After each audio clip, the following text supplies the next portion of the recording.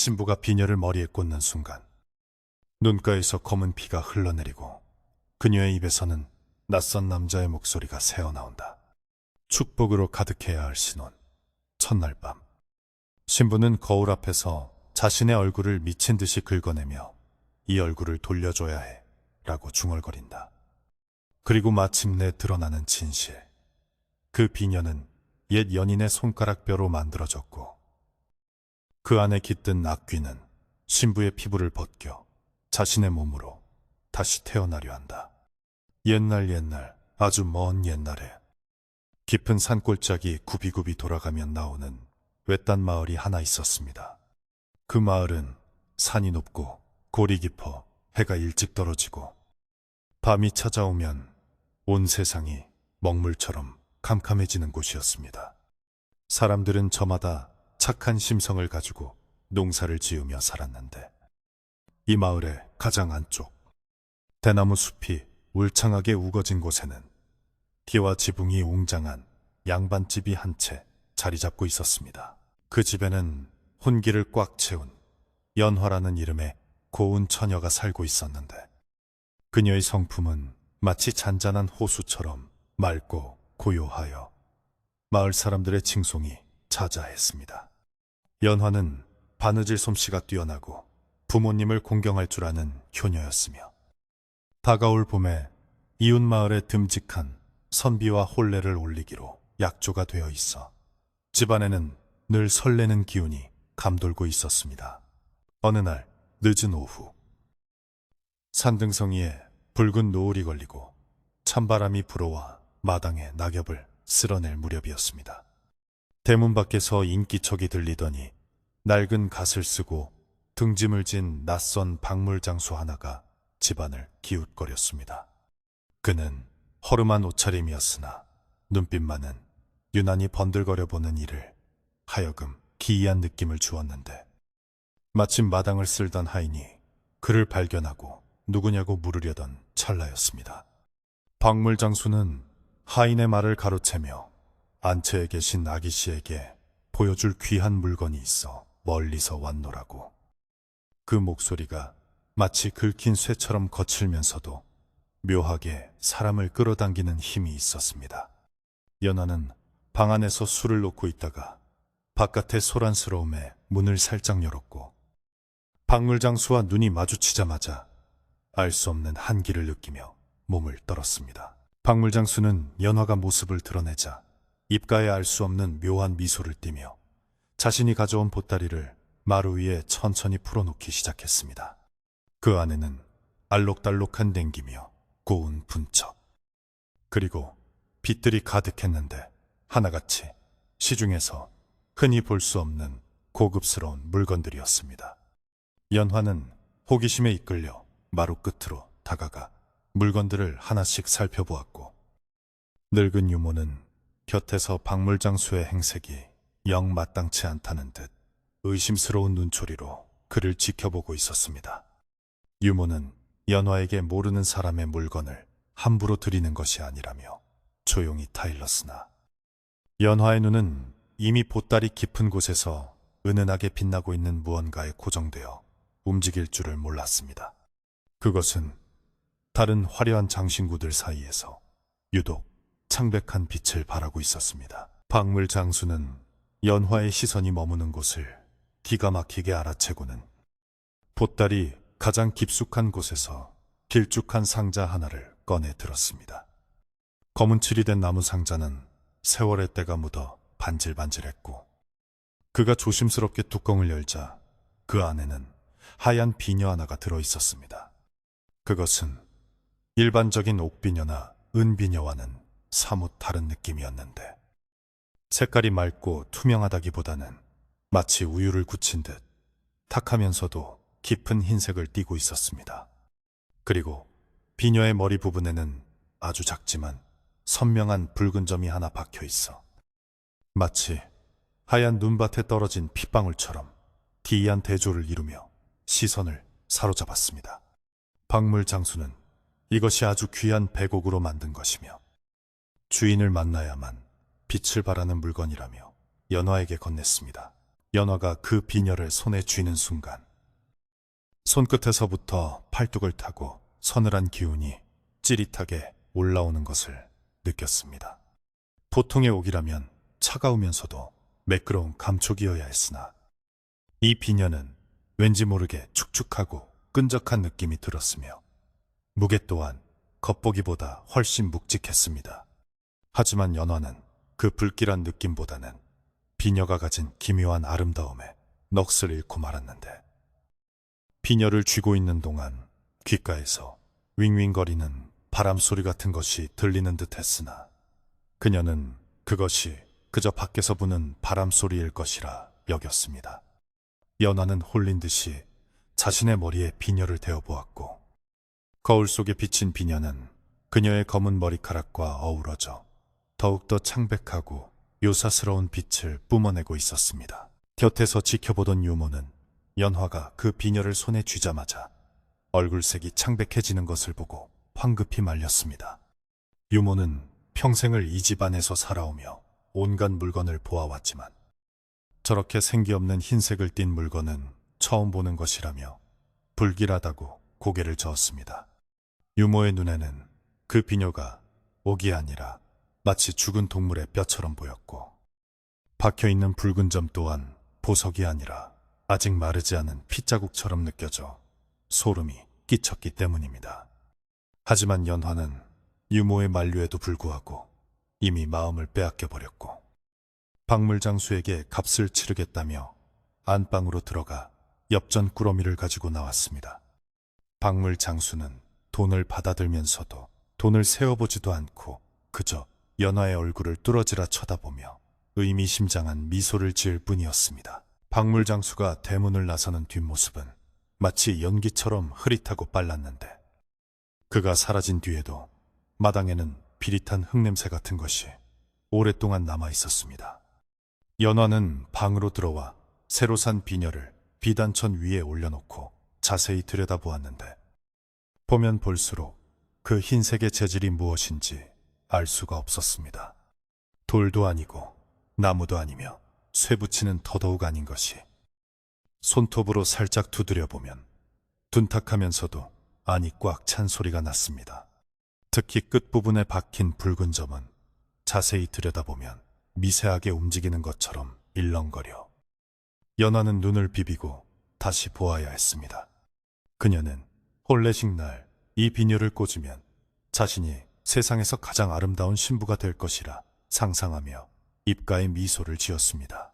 그날 밤 마을에는 여느 때보다 거센 바람이 불어와 창호지 문이 덜컹거리고 나뭇가지들이 부딪히는 소리가 요란했습니다. 연화는 잠자리에 들기 위해 이불을 펴고 누웠으나 머리맡 문갑 위에 올려둔 비녀가 자꾸만 신경이 쓰여 잠을 이룰 수가 없었습니다. 불을 껐음에도 불구하고 어둠 속에서 비녀가 희미하게 스스로 빛을 내는 것만 같았고 눈을 감으면 어디선가 사각거리는 소리가 들려왔습니다. 그것은 마치 누군가가 손톱으로 나무 바닥을 아주 천천히 긁는 듯한 소리였는데 연화가 눈을 뜨고 귀를 기울이면 소리는 뚝 그치고 바람 소리만 들려왔습니다. 연화는 자신이 혼례를 앞두고 마음이 심란하여 헛소리를 듣는 것이라 여기며 억지로 눈을 감고 잠을 청하려 애썼습니다. 한밤중이 되자 집안은 쥐 죽은 듯 고요해졌고 연화는 얕은 잠에 빠져들었는데 꿈속에서 기이한 장면을 보게 되었습니다. 꿈속에서 그녀는 짙은 안개 속에 서 있었고 저 멀리서 누군가가 자신의 이름을 애타게 부르는 소리가 들려왔습니다. 그 목소리는 낯익은 듯하면서도 낯선 남자의 목소리였는데 슬픔과 원망이 뒤섞인 듯한 그 울림이 가슴을 후벼 파는 것 같았습니다. 연화가 소리나는 쪽으로 걸어가려 하면 발목을 무언가가 잡아당겨 움직일 수가 없었고 아래를 내려다보면 하얀 손들이 땅에서 솟아나 그녀의 치맛자락을 붙잡고 있었습니다. 연화는 비명을 지르며 잠에서 깨어났고 식은땀으로 흠뻑 젖은 채 거친 숨을 몰아쉬었습니다. 놀란 가슴을 진정시키며 주위를 둘러보았을 때 연화는 소스라치게 놀라지 않을 수 없었습니다.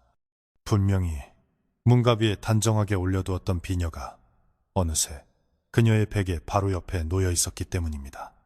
아무도 들어온 사람이 없었고 방문은 굳게 닫혀 있었는데 비녀가 저절로 움직여 이곳까지 왔다는 사실에 연화는 등골이 오싹해졌습니다.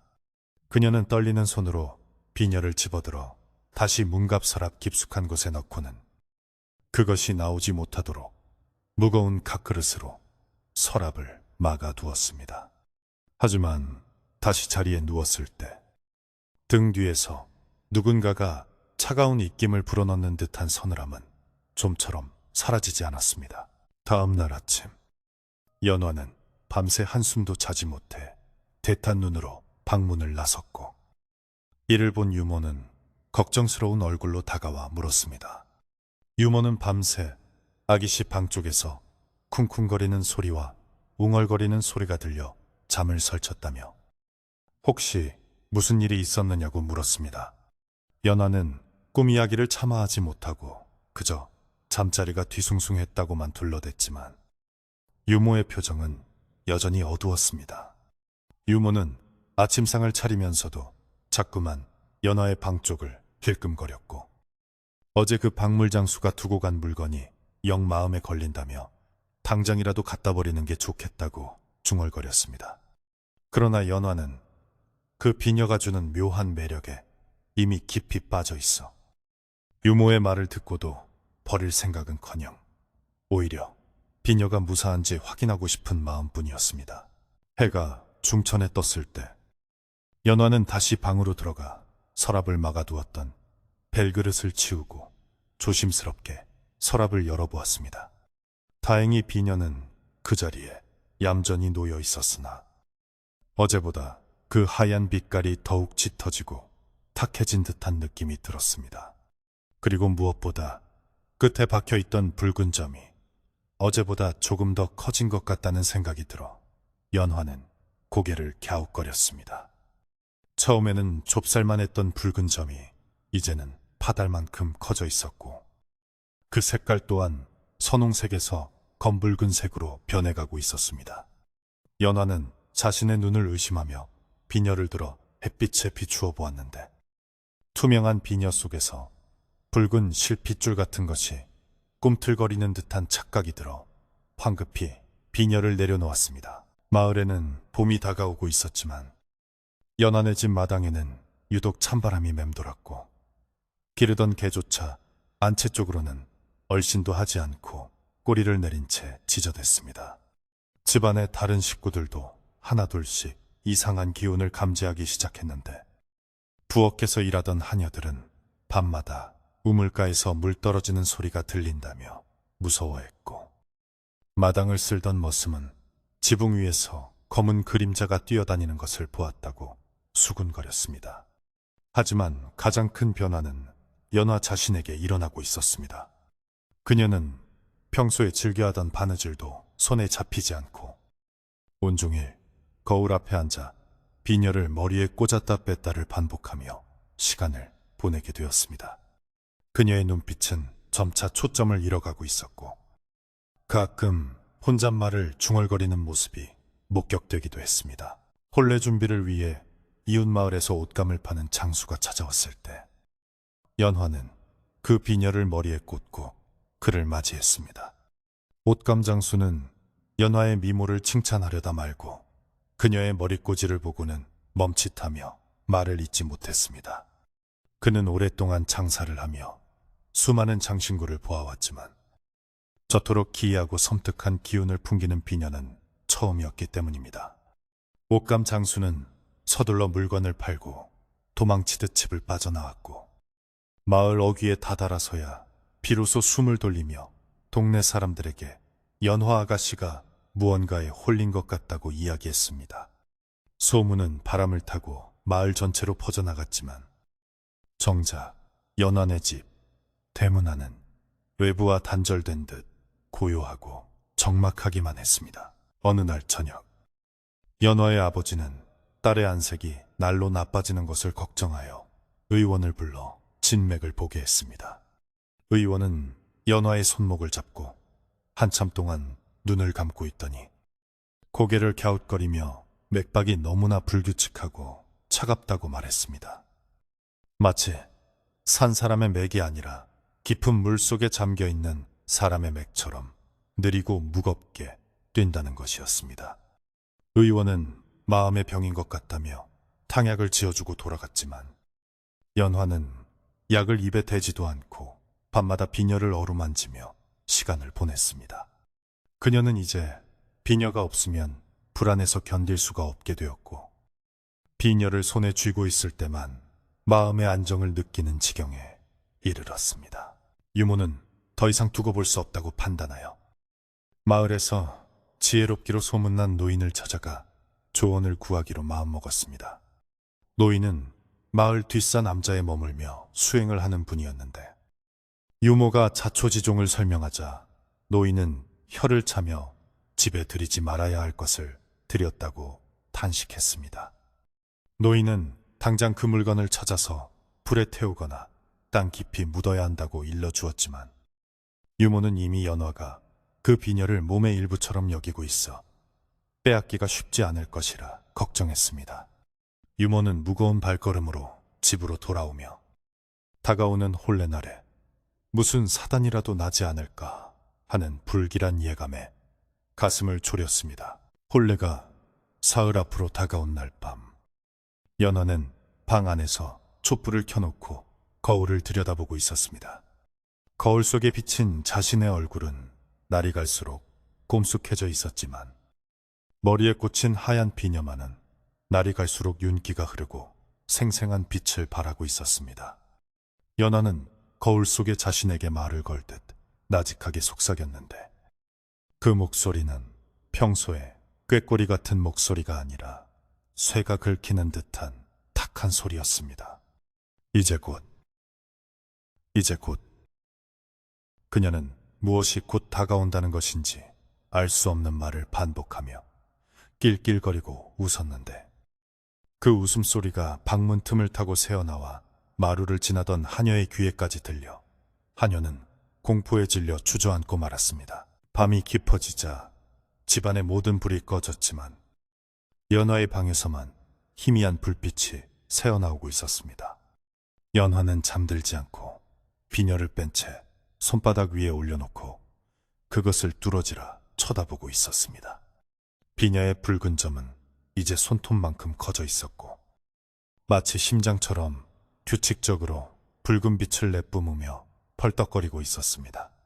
연화는 그 붉은 점을 손가락으로 문지르며 알 수 없는 희열을 느꼈는데 순간 비녀에서 검붉은 액체가 스며나와 그녀의 손바닥을 적시기 시작했습니다. 그것은 피였지만 비릿한 피냄새가 아니라 오래된 흙냄새와 곰팡이 냄새가 섞인 역한 냄새가 났습니다. 연화는 놀라지도 않고 그 피를 자신의 입술에 가져다 대었습니다. 그 시각 유모는 부엌에서 몰래 소금을 한 바가지 퍼서 연화의 방 앞으로 다가갔습니다. 노인이 일러준 대로 부정을 타지 않게 하려는 비방이었는데 방문 앞에 다가서자 안에서 들려오는 소리에 유모는 숨을 멈췄습니다. 내 것이다. 이 얼굴도 이 몸도 다 내 것이다. 그것은 분명 남자의 목소리였는데 방 안에는 연화 혼자뿐이라는 것을 유모는 너무나 잘 알고 있었습니다. 유모는 공포에 질려 소금 바가지를 떨어뜨릴 뻔했지만 겨우 정신을 차리고 떨리는 손으로 문 앞에 소금을 뿌렸습니다. 그러자 방 안의 소리가 뚝 그치고 문풍지가 찢어질 듯한 거친 숨소리만이 들려왔습니다. 다음 날 아침 연화는 아무 일도 없었다는 듯이 맑은 얼굴로 방문을 나섰습니다. 밤새 들리던 기괴한 소리도 손바닥에 묻었던 검은 피도 모두 깨끗이 사라진 상태였습니다. 하지만 유모는 연화의 눈빛이 예전과 달라졌음을 단번에 알아차렸습니다. 검은 눈동자 깊은 곳에 붉은 기운이 서려 있었고 눈을 깜빡일 때마다 마치 다른 사람이 쳐다보는 듯한 섬뜩함이 느껴졌기 때문입니다. 연화는 아침 문안 인사를 올리는 부모님 앞에서도 묘하게 건방진 태도를 보였고 음식을 먹을 때도 개걸스럽게 먹어치우는 등 평소에 조신한 모습은 온데간데 없었습니다. 부모님은 혼례를 앞두고 예민해져서 그렇거니 생각하며 애써 불안함을 감추려 했습니다. 마침내 혼례 첫날 밤이 되었습니다. 집안은 잔치 준비로 분주했고 곳곳에 청사초롱이 내걸려 환하게 불을 밝히고 있었습니다. 마을 안악들은 전을 부치고 떡을 하느라 왁자지껄했고 마당에는 멍석이 깔리고 손님 맞을 준비가 한창이었습니다. 하지만 이 들뜬 분위기 속에서도 연화의 방만은 찬물을 끼얹은 듯 냉기가 흘렀습니다. 연화는 혼례복을 미리 입어보라는 어머니의 권유에 따라 고운 화롯을 입고 족두리를 썼지만 표정은 마치 상을 당한 사람처럼 무표정했습니다. 그리고 그녀의 손에는 여전히 그 하얀 비녀가 쥐어져 있었는데 아무리 족두리를 써도 그 비녀만은 절대 손에서 놓지 않으려 했습니다. 어머니가 방을 나가자 연화는 다시 거울 앞에 앉아 천천히 비녀를 들어 올렸습니다. 거울 속의 연화는 웃고 있지 않았지만 거울에 비친 그림자는 기괴하게 뒤틀리며 웃고 있는 형상이었습니다. 연화가 비녀 끝을 자신의 머리에 갖다 대는 순간 밖에서 불던 바람이 멈추고 온 세상의 소리가 일시에 사라진 듯한 정적이 찾아왔습니다. 그것은 폭풍우가 몰아치기 전에 고요함과도 같았고 무언가 끔찍한 일이 벌어질 것임을 예고하는 전조였습니다. 비녀는 마치 제 집을 찾아가는 뱀처럼 스르르 연화의 머리카락 속으로 파고들었고 그 순간 연화의 몸이 격렬하게 떨리기 시작했습니다. 혼례날 아침이 밝았습니다. 동쪽 하늘에서 붉은 해가 솟아올라 산봉우리를 비추기 시작했지만 연화의 집마당에는 어쩐지 온기가 돌지 않고 서늘한 냉기만이 감돌고 있었습니다. 새벽부터 일어나 분주하게 움직이던 하인들은 서로 눈치를 보며 말을 아꼈고 부엌에서 떡을 찌는 시루에서는 하얀 김이 모락모락 피어올랐으나 그 냄새가 고소하기보다는 매캐하게 느껴졌습니다. 마당 한 구석에 묶여있던 집 지키는 개는 허공을 향해 컹컹 짖어대다가도 갑자기 꼬리를 다리 사이로 감추고 낑낑거려보는 이들의 마음을 불안하게 만들었습니다. 잔칫날이라 대문을 활짝 열어두었건만 들어오는 것은 축하객들의 웃음소리가 아니라 차가운 바람과 마른 낙엽들 뿐이었습니다. 안채 깊숙한 방에서는 신부단장이 한창이었는데 방 안의 공기는 마치 살얼음판 위를 걷는 듯 위태롭고 무거웠습니다. 연화는 화려한 비단옷을 겹겹이 차려입고 방석 위에 다소곳이 앉아 있었지만 그녀의 얼굴은 밀가루를 바른 듯 창백하여 생기라고는 찾아볼 수 없었습니다. 신부의 머리를 빗겨주기 위해 온 수모는 연화의 머리카락을 만지다 말고 흠칫 놀라 손을 떼기를 여러 번 반복했습니다. 연화의 머리카락이 얼음장처럼 차가운 데다 빗질을 할 때마다 머리카락 사이에서 정전기가 일 듯 파란 불꽃이 튀는 것 같았기 때문입니다. 하지만 수모는 좋은 날에 덫은 소리를 할 수 없어 애써 침착한 척하며 떨리는 손으로 분을 바르고 연지곤지를 찍었습니다. 단장이 거의 끝나갈 무렵 수모는 준비해온 화려한 금비녀와 옥비녀를 꺼내어 연화에게 보여주며 어느 것을 꽂을지 물었습니다. 보통의 신부라면 수줍게 웃으며 고르거나 어머니의 의견을 물었겠지만 연화는 거들떠보지도 않고 자신의 소매 속에 감추어 두었던 하얀 뼈 비녀를 꺼내들었습니다. 그 비녀를 보는 순간 수모는 등골이 오싹해져 자신도 모르게 뒤로 물러났는데 비녀 끝에 박힌 붉은 점이 마치 살아있는 눈알처럼 번들거리며 자신을 노려보는 것 같았기 때문입니다. 수모는 아가씨, 오늘은 경사스러운 날이니 좀 더 화사하고 밝은 것을 하시는 게 좋겠습니다. 라고 조심스럽게 권유했으나 연화는 들은 척도 하지 않고 무표정한 얼굴로 거울을 응시할 뿐이었습니다. 연화의 어머니가 방으로 들어와 그 광경을 보고는 기겁을 하며 딸의 손에서 비녀를 빼앗으려 했습니다.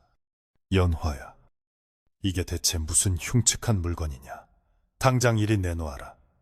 어머니의 목소리가 높아졌지만 연화는 믿을 수 없는 힘으로 어머니의 손목을 부리쳤습니다. 평소 바늘 하나 들 힘도 없어 보이던 가녀린 연화였기에 어머니는 그 악력에 놀라 바닥에 주저앉고 말았습니다. 연화는 어머니가 넘어지든 말든 상관없다는 듯 천천히 비녀를 들어 올려 자신의 쪽진 머리에 꽂기 시작했습니다. 비녀가 머리카락 사이를 파고들 때마다 서걱서걱 하는 소리가 났는데 그것은 머리카락이 쓸리는 소리가 아니라 마치 뼈와 살이 갈리는 듯한 소름 끼치는 소리였습니다. 비녀가 완전히 자리를 잡자 거울 앞에 앉아있던 연화의 몸이 기괴하게 비틀리기 시작했습니다. 어깨가 축 늘어지고 고개는 삐딱하게 기울어졌으며 단정하게 모았던 두 무릎이 쩍 벌어지며 사내와 같은 자세로 변해갔습니다. 방 안에 있던 수모와 어머니는 공포에 질려 입을 틀어막은 채 그 모습을 지켜볼 수밖에 없었습니다. 고개를 숙이고 있던 연화가 천천히 고개를 들어 거울을 보았는데 거울 속에 비친 얼굴은 분명 연화였으나 그 표정은 전혀 다른 낯선 사람의 것이었습니다. 입꼬리가 귀 밑까지 찢어질 듯 올라가며 비릿한 미소를 지었고 콧구멍을 벌름거리며 거친 숨을 몰아쉬는 모습은 영락없는 짐승이나 험한 일을 하는 사내의 모습이었습니다. 그때였습니다. 연화의 두 눈에서 붉은 액체가 주르륵 흘러내리기 시작한 것은 처음에는 눈물인가 싶었으나 뺨을 타고 흐르는 액체는 검붉은 피였습니다. 하얗게 분칠한 얼굴 위로 검은 피눈물이 두 줄기 강물처럼 흘러내려 턱 밑으로 뚝뚝 떨어지자 하얀 비단 저고리는 순식간에 핏빛으로 물들었습니다. 수모는 비명을 지르며 방문을 박차고 밖으로 뛰쳐나갔고 마당에 있던 하객들은 갑작스러운 비명에 놀라 웅성거리지 시작했습니다. 방 안에 남겨진 어머니는 딸의 이름을 부르며 다가가려 했으나 연화의 눈빛이 너무나 살기등등하여 차마 발을 떼지 못하고 부들부들 떨고만 있었습니다. 연화는 피눈물이 흐르는 눈을 부릅뜨고 주위를 둘러보더니 입을 열어 말을 하기 시작했습니다. 그런데 그 입에서 나온 목소리는 옥구슬 같은 처녀의 목소리가 아니었습니다. 그것은 마치 굵은 모래를 씹는 듯 걸걸하고 낮게 깔린 성인 남자의 목소리였습니다. 이제야 찾았구나. 내 자리를 찾으러 왔다. 그 목소리는 방 안을 쩌렁쩌렁 울리며 마당에 있는 사람들의 귀에까지 전해졌습니다. 사람들은 그 목소리를 듣고 모두 제자리에 얼어붙었고 신랑을 맞이하러 가려던 아버지와 친척 어른들이 황급히 신부방 쪽으로 달려왔습니다. 방문을 열어젖힌 그들은 피투성이가 된 채 낯선 사내의 목소리로 중얼거리는 연화를 보고 그만 넋을 잃고 말았습니다. 아버지는 떨리는 목소리로 호통을 쳤습니다. 네 이놈! 누구냐? 내 딸에게서 당장 나오지 못할까? 아버지는 평소 엄하기로 소문난 양반이었으나 지금 눈앞의 광경은 인간의 힘으로 어찌할 수 없는 기운을 내뿜고 있었습니다. 연화의 탈을 쓴 그 존재는 아버지의 호통을 비웃기라도 하듯 킬킬킬거리며 웃어댔습니다. 나를 모르겠느냐? 이 집안이 나를 몰라본단 말이냐? 그 웃음소리는 듣는 사람의 뼈마디를 시리게 할 만큼 차갑고 원독에 차 있었습니다. 연화는 자리에서 벌떡 일어나더니 자신을 막아서는 하녀들을 거칠게 밀어붙이며 밖으로 나가려 했습니다. 그녀의 힘이 장사 같아 장정 서너 명이 달려들어도 감당하기 힘들 지경이었습니다. 마당은 순식간에 아수라장으로 변했습니다. 잔치를 위해 차려놓은 상들이 엎어지고 그릇이 깨지는 소리가 요란했으며 하객들은 혼비백산하여 대문 밖으로 도망치기 바빴습니다. 귀신이 씌었다. 신부가 귀신에 들렸다. 사람들의 비명과 웅성거림이 뒤섞여 혼례장은 순식간에 난장판이 되었습니다. 연화는 맨발로 마루로 뛰어내려 마당 한가운데 섰는데 피눈물은 멈추지 않고 계속 흘러내려 흙바닥을 적셨습니다. 그녀는 하늘을 향해 두 팔을 벌리고 짐승처럼 포효했는데 그 소리에 하늘에 떠있던 까마귀 떼가 놀라 부드덕거리며 날아갈 정도였습니다. 이때 부엌 쪽에 숨어 상황을 지켜보던 늙은 유모가 결심한 듯 뛰쳐나왔습니다. 그녀의 손에는 붉은 팥과 굵은 소금이 가득 담긴 바가지가 들려 있었습니다. 유모는 썩 물러가라, 이 악귀야! 라고 소리치며 연화의 얼굴을 향해 소금과 팥을 힘껏 뿌렸습니다. 갑작스러운 공격에 연화. 아니, 연화의 몸을 차지한 그 존재는 크악 하고 괴로워하며 얼굴을 감싸주고 뒷걸음질 쳤습니다.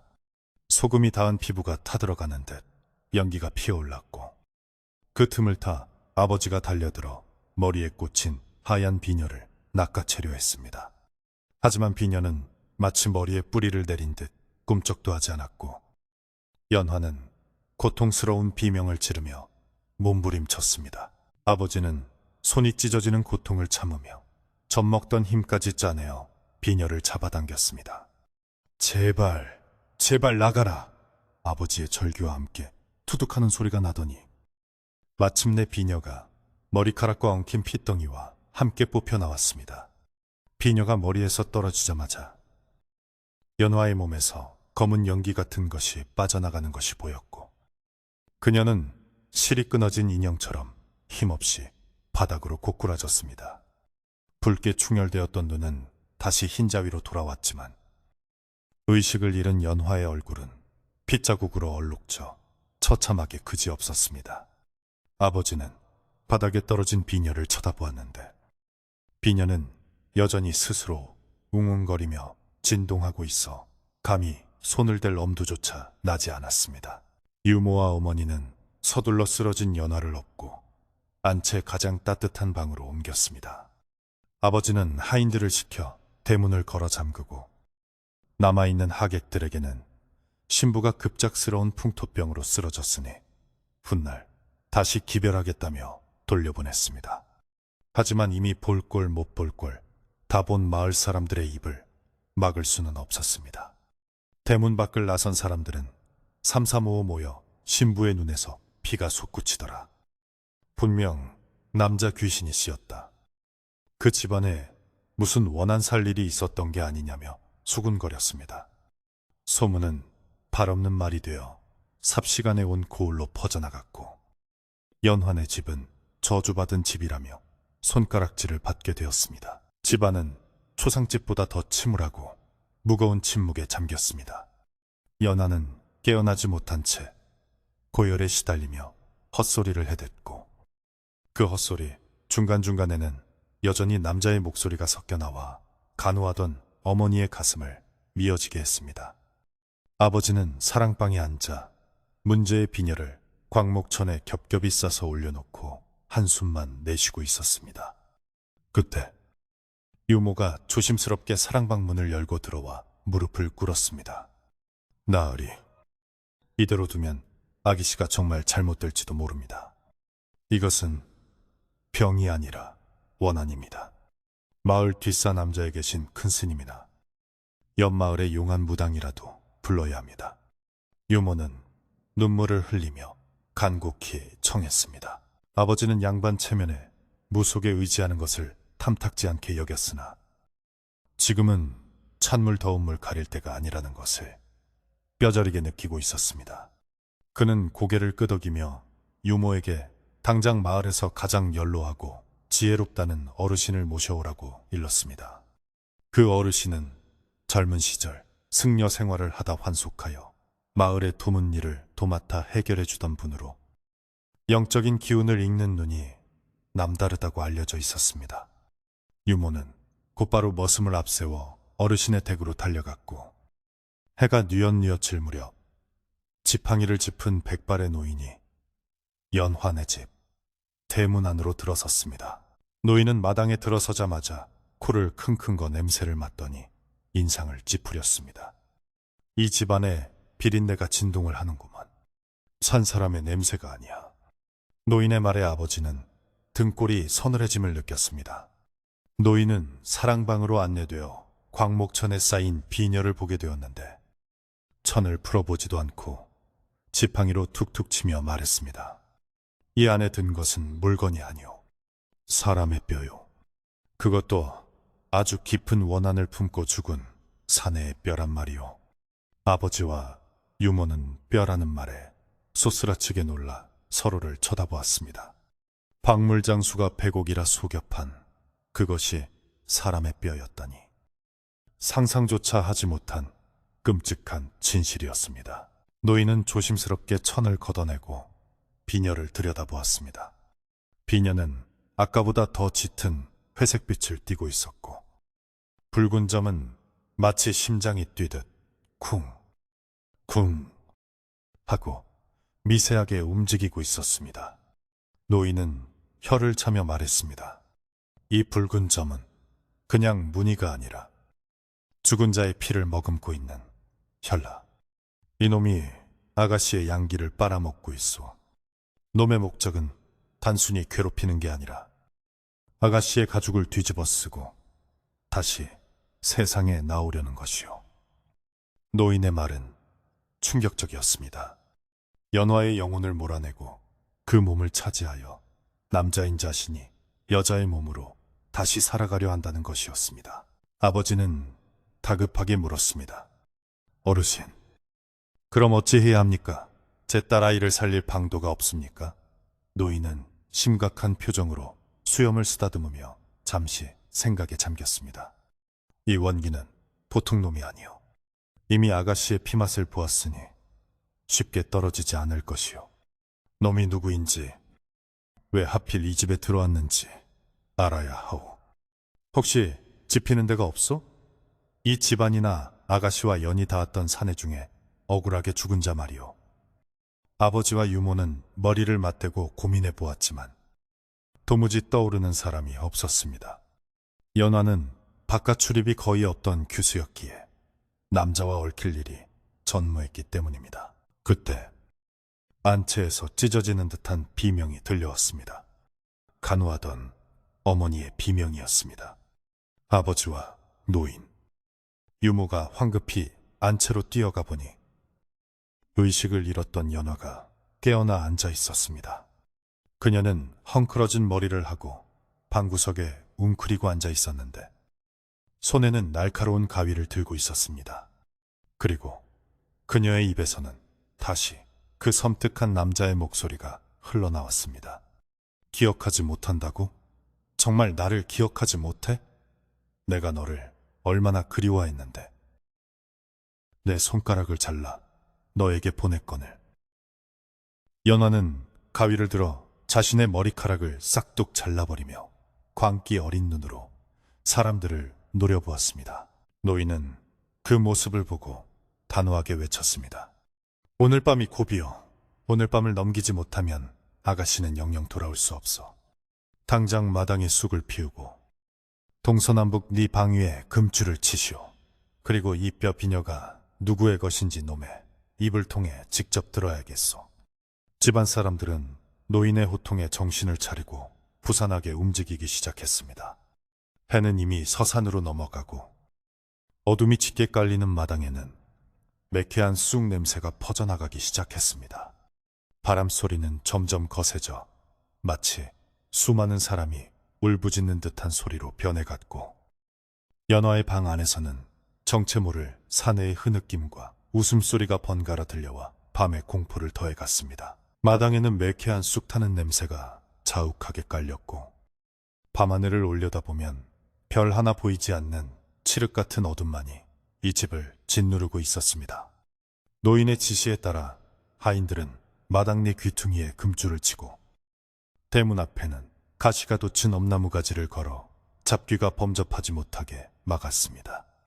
안채의 방문은 활짝 열려 있었지만 그 안에서 흘러나오는 기운은 한겨울의 삭풍보다 더 차가워서 마당에 서 있는 사람들의 옷깃을 여미게 만들었습니다. 방 안에는 오직 촛불 2개만이 위태롭게 흔들리고 있었고 그 불빛 아래 연화는 마치 다른 세상 사람처럼 기괴하게 앉아 노인을 노려보고 있었습니다.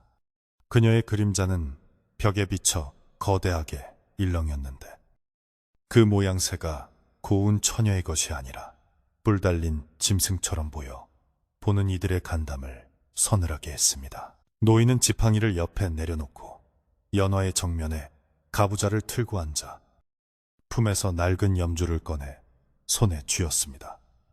노인의 눈빛은 흔들림 없이 연화, 아니 연화의 몸을 차지한 그 존재를 꿰뚫어 보고 있었습니다. 네, 이놈. 산 사람의 몸이 그리도 탐이 나더냐. 어찌하여 구천을 떠돌지 않고 이 맑은 처녀의 몸에 숨어들어 흉한 짓을 벌이는 것이냐. 노인의 목소리는 낮았지만 천둥처럼 방 안을 울리는 힘이 있었습니다. 그러나 연화는 코웃음을 치며 거만한 자세로 고개를 젖혔습니다. 구천? 내가 갈 곳은 저 차가운 땅 속이 아니라 바로 여기다. 이 따뜻하고 고운 살결, 이 향기로운 피, 이것이 바로 내가 있어야 할 곳이란 말이다. 그 목소리에는 지독한 집착과 광기가 서려 있었습니다.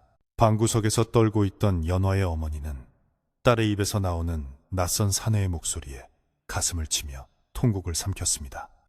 아버지는 핏발선 눈으로 그 광경을 지켜보며 주먹을 꽉 쥐었지만 함부로 나섰다가는 딸이 다칠까봐 어찌할 바를 모르고 있었습니다. 노인은 염주알을 하나씩 굴리며 다시 물었습니다. 너는 누구냐? 이 집안과 무슨 원한이 있기에 이토록 모질게 구는 것이냐? 이름을 대라. 그러자 연화의 얼굴이 기묘하게 일그러지며 킬킬거리기 시작했습니다. 이름? 하하하, 내 이름을 기억이나 할 줄 아느냐? 너희 양반네들이 우리 같은 천한 것들의 이름을 기억이나 한 적이 있더냐? 그 말에 아버지는 흠칫 놀라며 기억을 더듬기 시작했습니다. 천한 신분, 그리고 이 집에 드나들었던 사내, 나는 돌석이다. 3년 전 이 집 마당 쓸던 돌석이란 말이다. 그 이름이 나오자 아버지는 아 하고 짧은 탄성을 내뱉었습니다. 돌석이는 3년 전 연화가 정원에서 그네를 타는 모습을 몰래 훔쳐보다가 들켜 멍석마리를 당하고 쫓겨난 머슴이었습니다. 쫓겨난 뒤 겨울산에서 얼어 죽었다는 소문만 들었는데 그 원혼이 되어 돌아온 것이었습니다. 연화의 입을 빌린 돌석의 원혼은 이를 갈며 말을 이었습니다. 내가 원한 건 밥도 아니요, 돈도 아니었다. 그저 아기 씨의 고운 얼굴 한번 가까이서 보는 것, 그것뿐이었는데 너희는 나를 짐승 취급하며 내쫓았지. 그 추운 겨울밤 내 손발이 얼어터질 때 내가 무슨 맹세를 했는지 아느냐. 방 안의 공기는 공포로 더욱 무거워졌고 촛불이 미친 듯이 춤을 추며 그림자를 어지럽혔습니다. 내 살이 있었고 뼈만 남더라도 기필코 다시 돌아와 아기 씨와 한 몸이 되리라.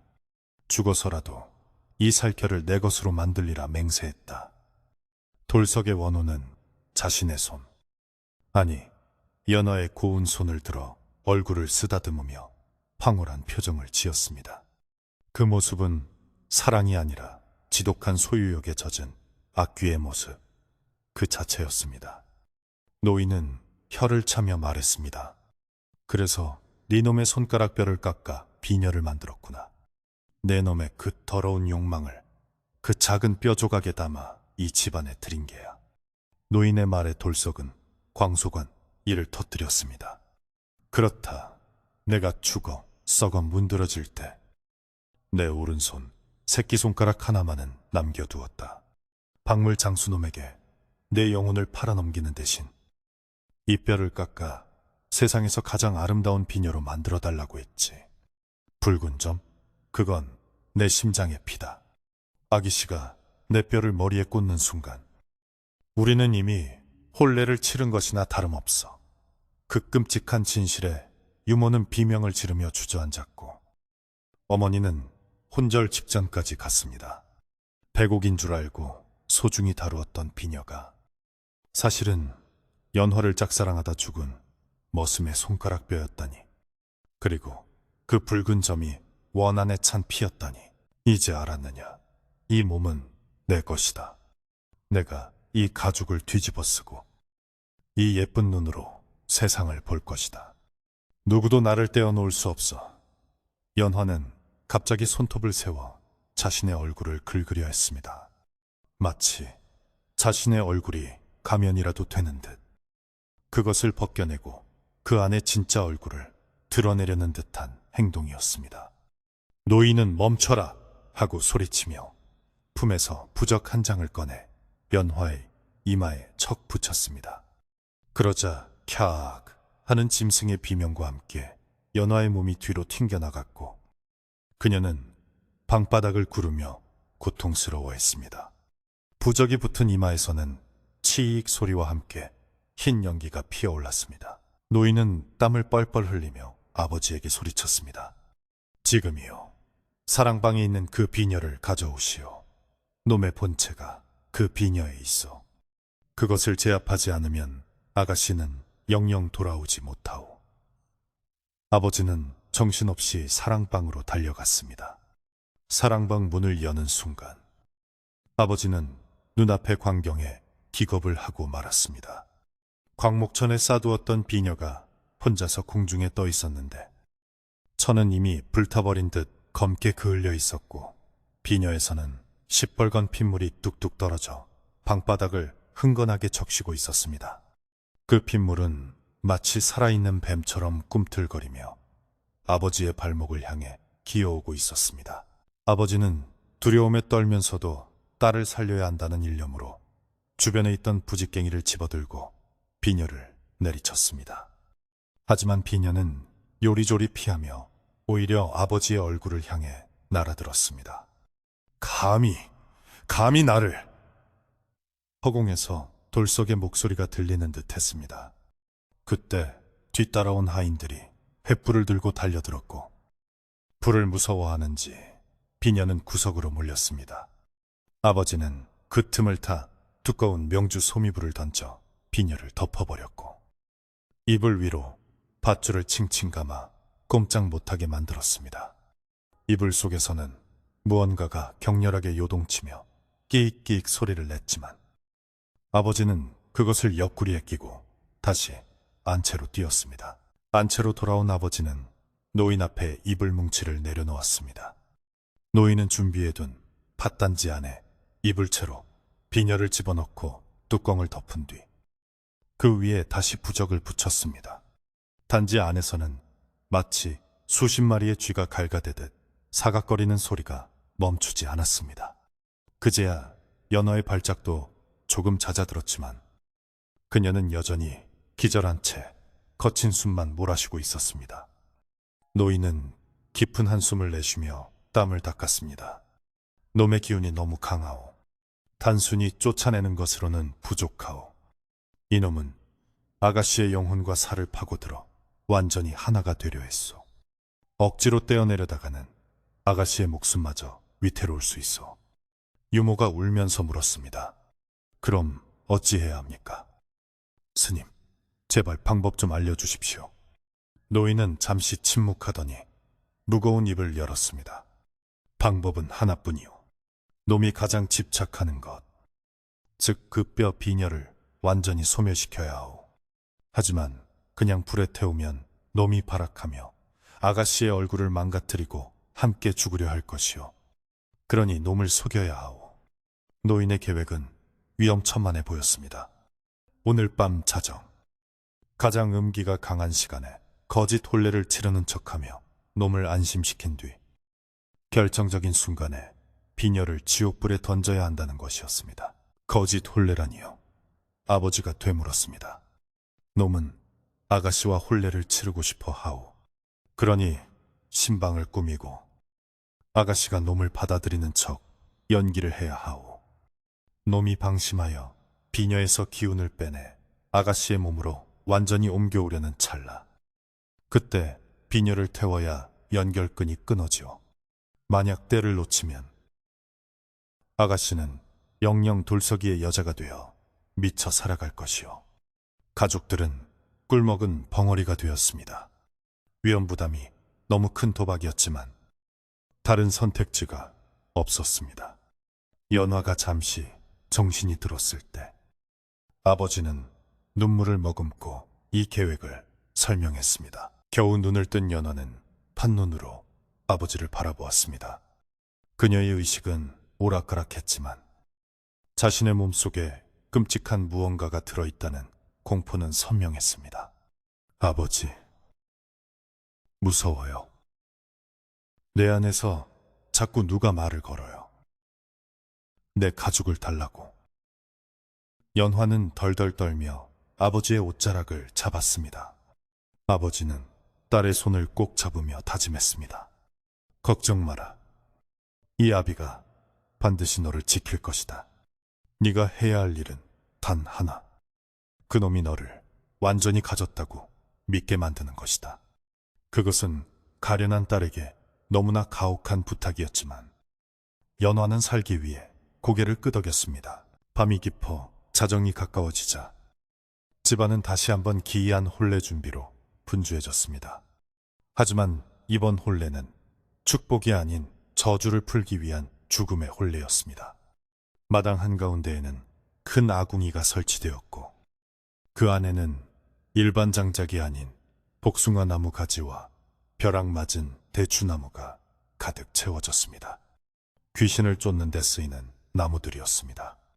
신방에는 붉은 초가 켜졌고 연화는 다시 한번 화롯을 입고 앉았습니다. 하지만 이번에는 화장 대신 얼굴에 숯 검댕을 칠해 귀신이 함부로 보지 못하게 했고 옷 속에는 붉은 팥 주머니를 숨겼습니다. 노인은 단지를 들고 신방문 앞에 섰습니다. 자, 이제 놈을 풀어줄 것이오. 아가씨, 정신 똑바로 차리시오. 놈이 비녀에서 나와 아가씨에게 다가올 때 절대 비명을 지르거나 도망치면 안 돼요. 놈을 유혹하여 비녀와의 연결을 느슨하게 만들어야 하오. 노인이 단지의 뚜껑을 여는 순간 시커먼 연기가 피어오르며 단지 안에서 하얀 비녀가 튀어올랐습니다. 비녀는 공중을 빙글빙글 돌더니 곧장 방 안에 앉아있는 연화에게로 날아갔습니다. 연화는 공포에 질려 숨이 젖힐 것 같았지만 눈을 질끈 감고 그 자리에 버텼습니다. 비녀는 연화의 머리 주위를 맴돌며 웅웅거렸습니다. 마치 경계하는 듯 혹은 기뻐하는 듯한 소리였습니다. 그러더니 연화의 귀에 대고 속삭였습니다. 이제 정말 나를 받아주는 것이냐, 거짓이 아니냐. 그 목소리는 연화의 귓속을 파고들어 뇌를 흔드는 것 같았습니다. 연화는 떨리는 입술을 열어 노인이 시킨 대로 말했습니다. 그래요. 당신의 마음을 이제 알았어요. 이리 오세요. 내 머리에 꽂혀 영원히 함께해요. 그 말은 연화의 진심이 아닌 목숨을 건 연기였습니다. 그 말을 들은 비녀는 붉은 빛을 강렬하게 뿜어내며 환희에 찬 듯 진동했습니다. 오, 나의 연화, 나의 사랑. 비녀에서 흘러나온 검은 형체가 서서히 사람의 모습을 갖추기 시작했습니다. 그것은 흉측하게 일그러진 돌석의 모습이었습니다. 그는 비녀에서 반쯤 몸을 빼내어 연화의 어깨를 감싸 안으려 했습니다. 그의 손이 연화의 옷깃에 닿는 순간 옷감이 썩어 들어가는 냄새가 났습니다. 연화는 비명을 참고 그를 바라보았습니다. 바로 이때였습니다. 밖에서 대기하고 있던 노인이 신호를 보냈습니다. 지금이다, 쳐라. 문 밖에서 대기하고 있던 아버지와 하인들이 일제히 방문을 박차고 들어왔습니다.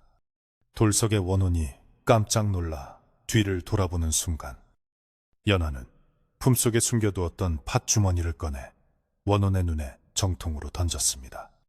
으악! 원혼이 앞을 못 보고 괴로워하는 사이 아버지는 번개같이 달려들어 공중에 떠있던 비녀를 낚아챘습니다. 비녀는 뜨겁게 달궈진 숯덩이처럼 아버지의 손바닥을 태웠지만 아버지는 비명 한 번 지르지 않고 그것을 꽉 쥐었습니다.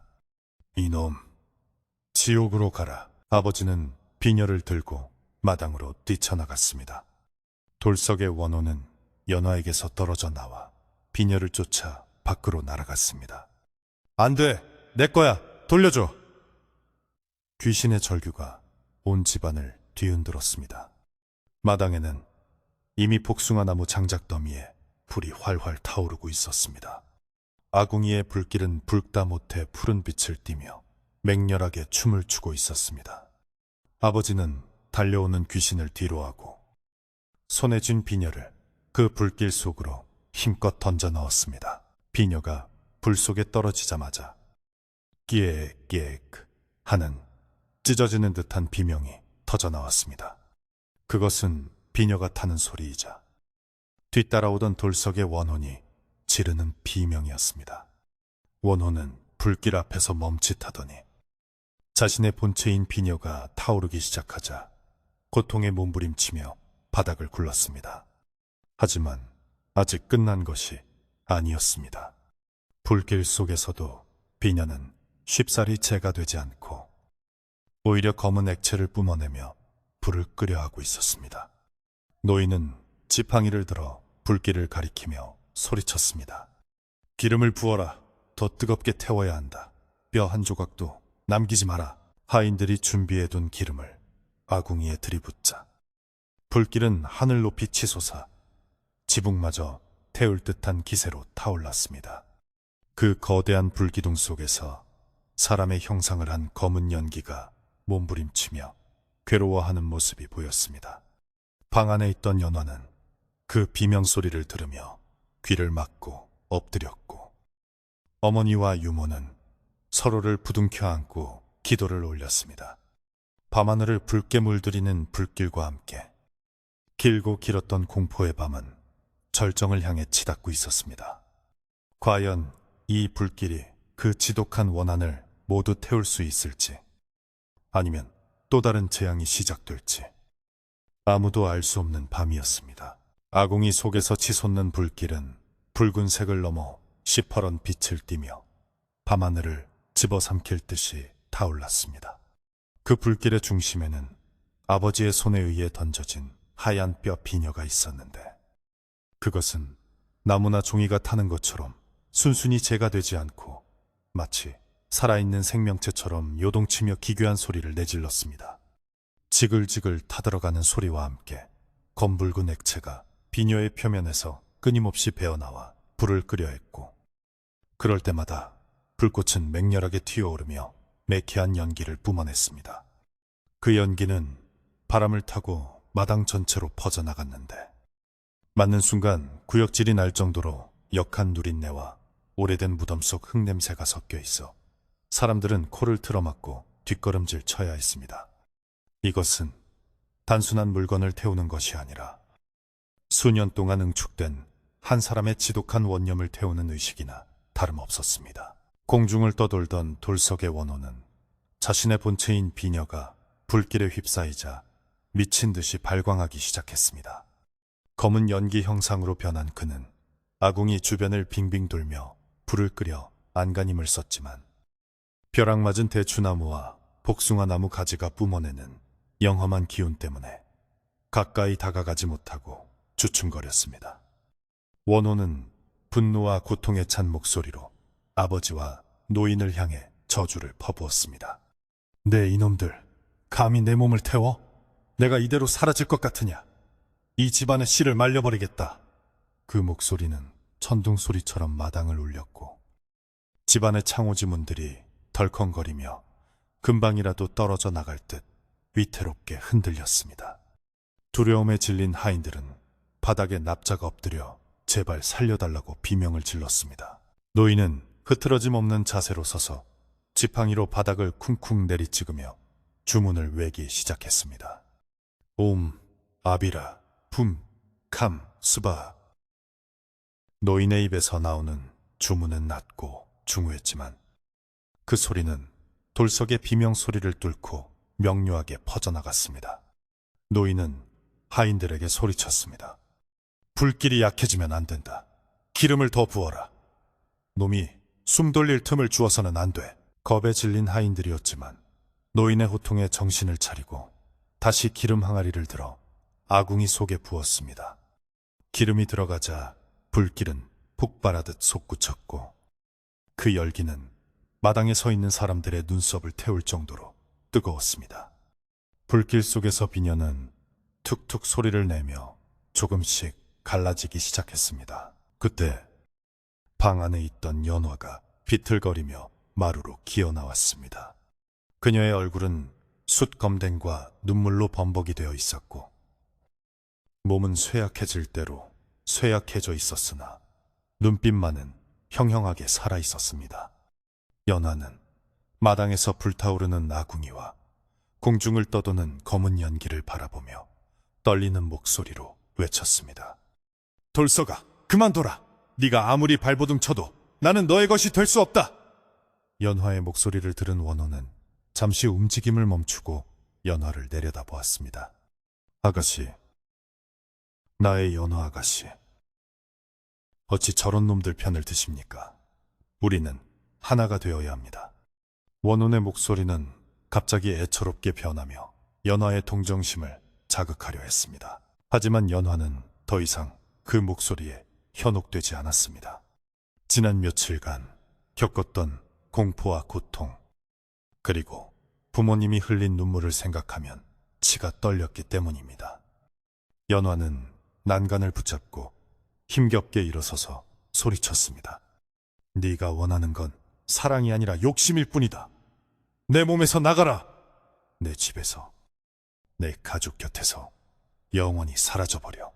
연화의 단호한 거절은 그 어떤 부적보다도 강력한 힘을 발휘했습니다.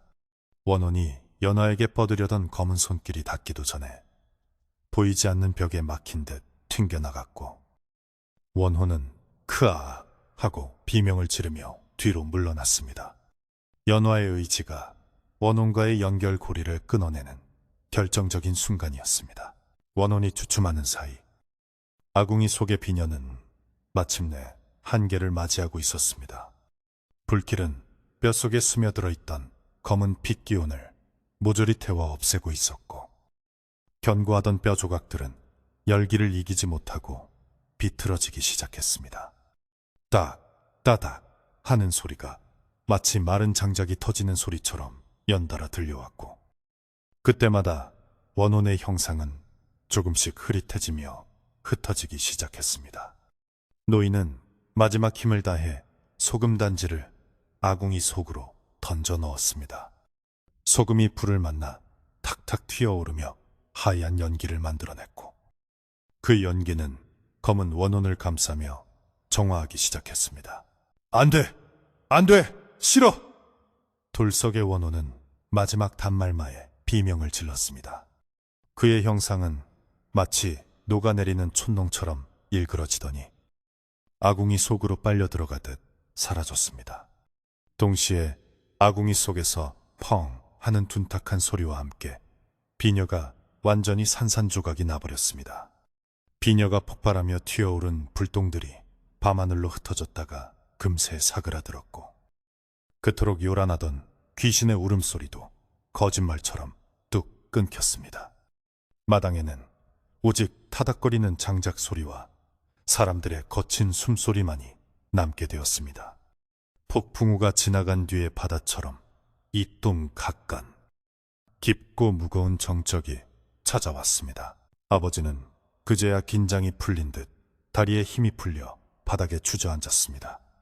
그의 손바닥은 비녀를 잡았던 열기로 인해 붉게 되어 물집이 잡혀 있었으나 아버지는 고통조차 느끼지 못하는 듯 멍하니 아궁이를 바라보았습니다. 어머니와 유모는 마루에 쓰러진 연화에게 달려가 그녀를 부둥켜 안았습니다. 연화야, 정신 차려라. 이제 다 끝났다. 어머니의 울부짖음에 연화는 희미하게 눈을 뜨고 어머니를 바라보았습니다. 그녀의 눈동자는 더 이상 붉지 않았고 예전에 맑고 검은 눈동자로 돌아와 있었습니다. 연하는 어머니 하고 작게 속삭이고는 깊은 잠에 빠져들듯 기절했습니다. 노인은 지팡이를 짚고 천천히 아궁이 앞으로 다가갔습니다. 불길은 이제 많이 잦아들어 붉은 숯덩이만 남기고 있었는데 그 사이로 하얗게 타버린 뼛가루들이 보였습니다. 노인은 혀를 차며 낮은 목소리로 읊조렸습니다. 급비, 불쌍한 중생. 부질없는 욕망에 눈이 멀어 제 영혼까지 태워버렸구나. 이제라도 부디 억겁의 굴레를 벗고 편안히 가거라. 노인은 준비해둔 향을 꺼내 숯불 위에 피웠습니다. 향 연기가 피어오르자 마당에 가득했던 역한 냄새가 사라지고 그윽한 향 냄새가 채워지며 집안의 기운을 맑게 바꾸어 놓았습니다. 한참 후 아버지와 하인들은 노인의 지시에 따라 아궁이 속의 재를 수습했습니다. 비녀는 형체도 없이 사라져 한 줌의 하얀 가루로 변해 있었고 그 가루에서는 더 이상 아무런 사악한 기운도 느껴지지 않았습니다. 노인은 그 재를 고운 항아리에 담아 단단히 봉한 뒤 아버지에게 건넸습니다. 이 항아리를 내일 날이 밝는 대로 마을에서 가장 멀리 떨어진 양지 바른 곳에 묻어주시오. 그리고 다시는 이곳을 파헤치지 않도록 큰 돌로 눌러두어야 하오. 아버지는 항아리를 두 손으로 공손히 받아들며 깊이 고개를 숙여 감사를 표했습니다. 안채로 옮겨진 연화는 밤새 끙끙 앓으며 식은땀을 흘렸습니다. 몸속에 들어와 있던 사악한 기운이 빠져나가면서 몸살을 앓는 것이라 의원은 말했습니다. 어머니는 밤새 딸의 머리맡을 지키며 물수건으로 이마를 닦아주었고 유모는 부엌에서 정성스럽게 미음을 끓였습니다. 날이 꼬박 새고 새벽닭이 울 무렵이 되어서야 연화의 열이 내리기 시작했고 거칠던 숨소리도 편안해졌습니다. 창밖이 부르스름하게 밝아오자 집안을 감싸고 있던 어두운 그림자들도 하나둘씩 물러가고 아침 햇살이 마당을 비추기 시작했습니다. 아침이 밝자 마을 사람들은 밤새 무슨 일이 있었는지 궁금하여 하나둘씩 연화네 집 대문 앞으로 모여들었습니다. 밤새 솟구치던 불기둥과 괴이한 비명소리를 듣지 못한 사람이 없었기 때문입니다. 하지만 굳게 닫힌 대문은 열리지 않았고 다만 집안에서 은은한 향냄새와 함께 평온한 기운이 흘러나오는 것을 느끼고는 큰일이 무사히 지나갔음을 짐작할 뿐이었습니다.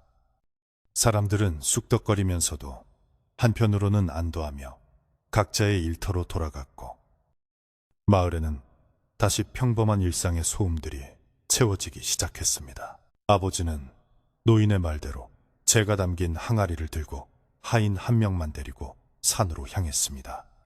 마을 뒷산을 넘어 사람이 잘 다니지 않는 깊은 골짜기, 햇볕이 잘 드는 남쪽 언덕에 구덩이를 깊게 팠습니다. 아버지는 항아리를 묻으며 마음속으로 빌었습니다. 돌서가 살아서나 죽어서나 참으로 기구한 운명이었구나. 이제 모든 원한을 잊고 그곳에서는 부디 편안하거라. 다시는 우리 연화를 그리고 산 사람들을 괴롭히지 말아다오. 흙을 덮고 그 위에 큼지막한 바위를 올려놓은 아버지는 한참 동안 그 앞에 서 있다가 뒤도 돌아보지 않고 산을 내려왔습니다. 집으로 돌아온 아버지는 대문을 활짝 열고 집안 대청소를 시켰습니다. 마당에 깔려있던 멍석을 걷어내고 쑥 태운 재를 쓸어내고 구석구석 소금을 뿌려 닦아냈습니다. 기괴한 일이 벌어졌던 신방의 물건들은 모두 꺼내 태워버리고 새 벽지와 장판을 발라 방을 깨끗하게 단장했습니다. 하인들은 땀을 뻘뻘 흘리며 일했지만 그들의 얼굴에는 더 이상 공포가 서려 있지 않았습니다. 오히려 묵은 체증이 내려간 듯 활기찬 표정으로 서로 농담도 주고받으며 집안의 생기를 불어넣고 있었습니다. 사흘 뒤 연화가 마침내 자리를 털고 일어났습니다. 아직 얼굴은 창백하고 몸은 야위었지만 그녀의 눈빛만은 예전처럼 맑고 총명했습니다. 연화는 거울 앞에 앉아 자신의 얼굴을 들여다보았습니다. 피눈물이 흘러내렸던 자국은 깨끗이 사라졌고 귀신이 씌었을 때 생겼던 미세한 잔주름이나 검버섯 같은 흔적들도 씻은 듯이 없어져 있었습니다. 연화는 자신의 뺨을 어루만지며 살아있음에, 그리고 다시 온전한 자신으로 돌아왔음에 안도하며 눈물을 흘렸습니다. 그것은 슬픔의 눈물이 아니라 감사와 기쁨의 눈물이었습니다. 연화는 방문을 열고 마루로 나갔습니다. 따스한 봄 햇살이 그녀의 얼굴 위로 쏟아져 내렸고 마당 화단에는 노란 개나리가 흐드러지게 피어 있었습니다. 며칠 전까지만 해도 지옥 같았던 곳이라고는 믿어지지 않을 만큼 평화로운 풍경이었습니다. 마당을 쓸던 유모가 연화를 발견하고는 빗자루를 내던지고 달려왔습니다. 아기씨, 이제 일어나신 겁니까? 몸은 좀 어떠세요? 유모는 연화의 손을 잡고 울먹거렸고 연화는 유모를 꼭 안아주며 미소 지었습니다. 걱정 끼쳐드려 미안해. 유모, 이제 정말 괜찮아. 그날 저녁 온 가족이 모처럼 한자리에 모여 저녁상을 받았습니다. 상 위에는 기름진 음식 대신 소박하지만 정성 가득한 나물 반찬과 맑은 국이 올라왔습니다. 아버지는 숟가락을 들기 전에 잠시 눈을 감고 묵념을 올렸고 가족들도 따라 눈을 감았습니다. 아버지는 이제 우리 집안에 닥쳤던 애고는 모두 물러갔다. 이 모든 것이 조상님의 보살핌과 너희들의 강한 마음 덕분이다. 라고 말하며 연화를 바라보았습니다. 연화는 수줍게 웃으며 고개를 숙였습니다. 밥상머리에서 오가는 대화는 조심스러웠지만 그 속에는 서로를 향한 깊은 애정과 안도감이 녹아 있었습니다. 하지만 아직 완전히 해결되지 않은 문제가 하나 남아 있었습니다. 혼례식 날 난동을 부려 엉망이 되었던 혼사 문제였습니다. 신랑 측에서는 연화가 귀신 들렸다는 소문을 듣고 혼담을 깼을지도 모르는 일이었습니다. 아버지는 밥을 먹다 말고 깊은 한숨을 내쉬었고 어머니 역시 근심 어린 표정으로 수저를 놓았습니다. 연화는 그런 부모님의 마음을 알고 조용히 말했습니다. 아버지, 어머니, 혼사 문제는 너무 걱정 마세요. 인연이 닿는다면 이어질 것이고 아니라면 어쩔 수 없는 일이지요. 저는 이렇게 살아난 것만으로도 감사합니다. 연화의 의연한 태도에 부모님은 가슴이 뭉클해졌습니다. 그때 대문 밖에서 이리 오너라 하는 힘찬 목소리가 들려왔습니다. 하인이 급히 나가보니 혼례를 치르기로 했던 신랑 집안의 하인이 서신을 들고 와 있었습니다. 아버지는 떨리는 손으로 서신을 받아 펼쳐보았습니다. 집안 식구들은 모두 숨을 죽이고 아버지의 입만 쳐다보았습니다. 서신을 읽어 내려가던 아버지의 표정이 점차 환하게 펴지기 시작했습니다. 신랑 측에서는 연화가 몹쓸 병에 걸렸다가 완쾌했다는 소식을 들었다며 몸조리가 끝나는 대로 다시 날을 잡아 혼례를 올리자고 전해온 것이었습니다.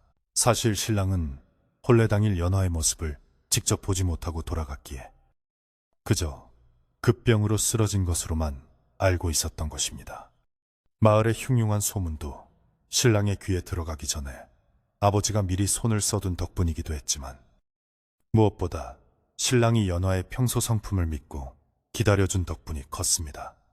이 소식을 들은 어머니와 유모는 기뻐서 어쩔 줄 몰라 했고 연화의 얼굴에도 붉은 홍조가 피어올랐습니다. 비 온 뒤에 땅이 굳어진다고 모진 시련을 겪고 난 뒤에 찾아온 행복은 더욱 값지고 소중하게 느껴졌습니다. 밤이 깊어지자 연화는 자신의 방으로 돌아와 자리에 누웠습니다. 며칠 전까지만 해도 공포의 대상이었던 방이었지만 이제는 아늑하고 포근한 쉼터로 돌아와 있었습니다. 문갑 위에는 하얀 뼈 비녀 대신 어머니가 사주신 예쁜 은비녀가 놓여 있었고 달빛이 창호지에 은은하게 스며들고 있었습니다. 연화는 베개에 머리를 묻으며 생각했습니다. 다시는 헛된 욕심이나 겉모습에 현혹되지 않겠노라고. 그리고 주어진 삶을 감사하며 살겠노라고. 밖에서는 풀벌레 소리가 자장가처럼 들려왔고, 연화는 참으로 오랜만에 꿈없는 깊은 단잠에 빠져들었습니다. 시간은 흘러 어느덧 산천초목이 푸르게 우거지는 초여름이 되었습니다. 연환의 집 마당을 짓누르던 검은 그림자는 계절의 변화와 함께 서서히 걷히고, 그 자리에 싱그러운 생명의 기운이 차오르기 시작했습니다. 담장 너머로 뻗은 감나무에는 연두색 어린 감들이 올망졸망 매달렸고, 처마 밑 제비집에서는 새끼 제비들이 어미를 기다리며 지저귀는 소리가 정겹게 들려왔습니다. 끔찍했던 그날 밤의 일은 마치 한바탕 꿈이었던 것처럼 희미해져 갔지만, 가족들의 마음속에는 결코 잊을 수 없는 교훈으로 남아 매사를 더욱 조심하고 겸손하게 만들었습니다. 마을 사람들 또한 처음에는 수군거리며 그 집 앞을 지나기를 꺼렸으나, 담장 너머로 들려오는 웃음소리와 평온한 기운을 느끼고는 예전처럼 다시 왕래를 시작했습니다. 연화는 이제 완전히 건강을 되찾아 예전에 활기찬 모습을 보여주었습니다. 하지만 달라진 점이 있다면 예전처럼 화려한 장신구나 거치장에 더 이상 마음을 두지 않게 되었다는 것입니다. 박물장수가 지나가도 거들떠보지 않았으며, 어머니가 고운 비단옷을 지어주려 해도 소박한 무명옷이 편하다며 사양하곤 했습니다. 그녀는 대신 텃밭을 가꾸거나 서책을 읽으며 마음의 양식을 쌓는 데 집중했고, 시간이 날 때마다 부엌에 들어가 하녀들을 도와 음식을 만들며 집안 살림을 익혔습니다. 겉모습의 아름다움보다 내면의 단단함이 얼마나 중요한지를 뼈저리게 깨달은 연화의 얼굴에는 예전의 앳된 모습 대신 기품 있고 성숙한 여인의 향기가 묻어나기 시작했습니다. 그러던 어느 맑은 날, 미루어 두었던 혼례 날짜가 다시 잡혔습니다. 이번에는 신랑 측에서 먼저 사람을 보내어 다가오는 가을 국화가 만발할 때 식을 올리는 것이 어떻겠냐고 정중히 물어왔습니다. 연화의 아버지는 신랑 집안의 변함없는 신의에 깊이 감동하여 흔쾌히 승낙했고, 집안은 다시 한번 경사스러운 분위기로 들썩이기 시작했습니다. 하지만 지난번에 소란스러웠던 준비 과정과는 달리 이번 혼례 준비는 차분하고 경건하게 진행되었습니다. 불필요한 사치는 모두 배제하고 진심으로 두 사람의 앞날을 축복하는 데 필요한 정갈한 음식과 술만을 정성껏 마련했습니다. 마을 사람들도 이번에는 떡이나 과일을 싸들고 찾아와 진심 어린 덕담을 건네며 일손을 거들어 주었습니다. 혼례를 앞둔 며칠 전, 유모는 연화의 머리를 빗겨주며 조심스럽게 말을 꺼냈습니다. 아가씨, 이번에는 어떤 비녀를 꽂으시겠습니까? 장롱 속에 아버님이 사두신 고운 옥비녀가 있습니다만. 유모의 말에 연화는 거울을 보며 빙그레 미소 지었습니다. 아니야, 유모, 옥비녀는 필요 없어. 할머니가 물려주신 그 낡은 나무 비녀면 충분해.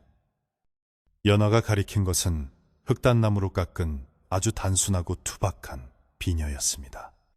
아무런 장식도 없고 보석도 박혀있지 않았지만 손때가 묻어 반질반질한 그 비녀에는 조상님들의 따뜻한 보호와 사랑이 깃들어 있는 듯 했습니다. 유모는 연화의 깊어진 속내에 눈시울을 붉히며 고개를 끄덕였습니다. 드디어 기다리던 혼례날이 밝았습니다. 하늘은 더할 나위 없이 높고 푸르렀으며 마당에 심어둔 국화꽃들이 만개하여 그윽한 향기를 뿜어내고 있었습니다. 아침 일찍부터 마을 사람들이 모여들어 마당을 가득 메웠고, 이번에는 구경꾼들의 눈빛에 호기심이 아닌 따뜻한 축복이 담겨 있었습니다. 연화는 연지곤지를 찍고 족두리를 썼지만 그 표정은 긴장보다는 설렘과 편안함으로 빛나고 있었습니다. 그녀의 머리에는 화려한 보석 비녀 대신 검소한 나무 비녀가 단정하게 꽂혀 있어 오히려 그녀의 청초한 아름다움을 더욱 돋보이게 했습니다. 사람들은 그런 연화를 보며 하늘에서 내려온 선녀가 따로 없다며 칭찬을 아끼지 않았습니다. 저 멀리서 풍악 소리와 함께 신랑 행렬이 들어오는 것이 보였습니다. 사모관대를 차려입은 신랑은 훤칠한 키에 인자한 인상을 지닌 선비였는데 말 위에서 연화네 집 대문을 바라보는 눈빛이 듬직하기 그지없었습니다. 신랑이 말에서 내려 기러기를 전하는 전할례를 올릴 때 연화의 아버지는 신랑의 두 손을 꼭 잡으며 무언의 당부를 전했습니다. 신랑 또한 굳건한 표정으로 고개를 숙여 답례했고 그 모습을 지켜보던 하객들 사이에서는 박수갈채가 터져나왔습니다. 지난번에 그 불길하고 음산했던 기운은 씻은 듯이 사라지고 오직 밝고 명랑한 기운만이 잔칫집을 감싸고 돌았습니다. 초래청에 마주선 신랑과 신부는 서로에게 절을 올리며 백년 해로를 맹세했습니다. 연화가 절을 하기 위해 고개를 숙일 때 순간 바람이 불어와 촛불이 흔들렸지만 꺼지지 않고 더욱 환하게 타올랐습니다. 이를 본 노인들은 조상님이 돌봐주시는 게야 아주 길한 징조지라며 덕담을 주고받았습니다. 술잔을 나누는 합근례를 마칠 때까지 연화의 손은 조금 떨렸지만 신랑이 따뜻한 눈빛으로 그녀를 안심시켜 주었습니다. 연화는 맞은편에 서 있는 신랑의 얼굴을 보며 이 사람이라면 평생을 믿고 의지할 수 있겠다는 확신이 들었습니다. 그 순간 그녀의 마음속에 남아있던 마지막 한 조각의 두려움마저 눈 녹듯 사라져버렸습니다. 혼례식이 무사히 끝나고 흥겨운 잔치가 벌어졌습니다. 마당에는 멍석이 깔리고 푸짐한 음식이 차려졌으며 동네 사람들은 막걸리 잔을 기울이며 덩실덩실 춤을 추었습니다. 아버지는 사랑방 문을 활짝 열어젖히고 손님들을 맞이했는데 그의 얼굴에서는 웃음이 떠나질 않았습니다.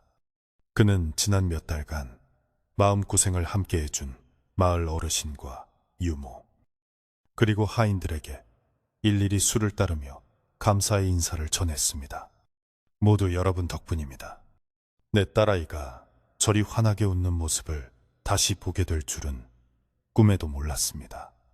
아버지의 목소리는 메어 있었지만 그 어느 때보다 힘이 있었습니다. 해가 뉘엿뉘엿 지고 신랑과 신부가 신방에 들 시간이 되었습니다. 유모는 신방의 이부자리를 봐주며 연화의 손을 잡고 속삭였습니다. 아가씨, 부디 행복하게 사셔야 해요. 이제 나쁜 일은 다 지나갔으니 좋은 일만 있을 겁니다. 연화는 유모를 안아주며 고마움을 전했습니다. 신방문이 닫히고 창호지 위로 두 사람의 그림자가 비치자 밖에서 엿보던 동네 안악들은 킥킥거리며 자리를 피해 주었습니다. 밤이 깊어지자 소란스럽던 잔치 소리도 잦아들고 풀벌레 소리만이 가득한 고요하고 평화로운 밤이 찾아왔습니다. 그날 밤 연환의 집 지붕 위로는 유난히 밝은 보름달이 떠올라 그들을 비추어 주었습니다. 세월은 유수와 같이 흘러 몇 해가 지났습니다. 연환은 아들, 딸 낳고 남부럽지 않게 잘 살고 있다는 소식이 들려왔습니다. 그녀는 시부모님을 극진히 모시고 남편을 내조하며 현모양처로 칭송받았고 가끔 친정에 들를 때면 양손 가득 귀한 약재나 음식을 싸들고 와 부모님을 기쁘게 해드렸습니다. 마을 사람들은 더 이상 연하를 귀신 들렸던 처녀라고 부르지 않았고 대신 복덩이 며느리라고 부르며 부러워했습니다. 끔찍했던 피 묻은 비녀 사건은 이제 노인들이 화롯가에 모여 앉아 옛날 이야기처럼 나누는 전설이 되어버렸고 아이들에게는 욕심을 부리면 큰 코 다친다는 교훈을 주는 이야기로 남게 되었습니다. 어느 겨울밤 눈이 소복하게 내린 연화의 친정집 사랑방에는 아버지와 그 옛날 도움을 주었던 노스님이 마주 앉아 차를 마시고 있었습니다. 노스님은 가끔 이 집에 들러 안부를 묻곤 했는데 아버지는 그때마다 극진히 스님을 대접했습니다.